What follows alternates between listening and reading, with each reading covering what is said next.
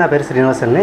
మాకు ఈ చుట్టుపక్కల ఎక్కడ హిందీ కోచింగ్ సెంటర్ ఎక్కడా లేదండి మాకండి. ఇక్కడ రామానాయుడు గారు పెట్టడం మాకు అది వరంలా మారింది. నేను ఇక్కడ చిన్న జాబ్ చేసుకుంటూ ఫ్యామిలీని చూసుకుంటూ నేను కోచింగ్కి వెళ్ళాలంటే నా వల్ల ఏ పని కాదండి. రామానాయుడు గారు కోచింగ్ పెట్టడం వల్లనే నా ఈ డిఎస్సి సాధించడానికి నాకు ఒక మార్గంలో కనిపించింది. అంతే కదండి, హిందీ అనేసరికి అందరికీ చిన్న చూపు ఉండేది, మెటీరియల్ కూడా సరిగ్గా దొరికే కాదండి.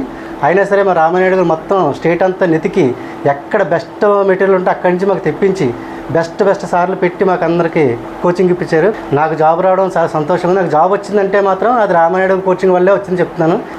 మా అబ్బాయికి జాబ్ వచ్చిందండి. రామానాయుడు గారు పెట్టిన కోచింగ్ సెంటర్ వల్ల ఫ్యామిలీ అంతా సంతోషంగా ఉన్నామండి. నా పేరు దొంగ శ్రీనివాస్. డిఎస్సి ఎప్పటి నుంచో రాస్తున్నాను కానీ సెలెక్ట్ అవ్వలేదు. ప్రస్తుతం ఆంధ్రప్రదేశ్ గవర్నమెంట్ తీసిన డిఎస్సిలో నేను స్కూల్ అసిస్టెంట్ మ్యాథమెటిక్స్లో సెలెక్ట్ అయ్యాను. నా జాబ్ రీత్యా కోచింగ్ వెళ్ళే అవకాశం లేదు, కానీ నిమ్మల రామానాయుడు గారు కోచింగ్ ఇవ్వడం వల్ల నాకు ఎంతో ఉపయోగకరమైంది. డాక్టర్ నిమ్మల రామానాయుడు గారు గతంలో ఆయన ఉపాధ్యాయులుగా పనిచేశారు.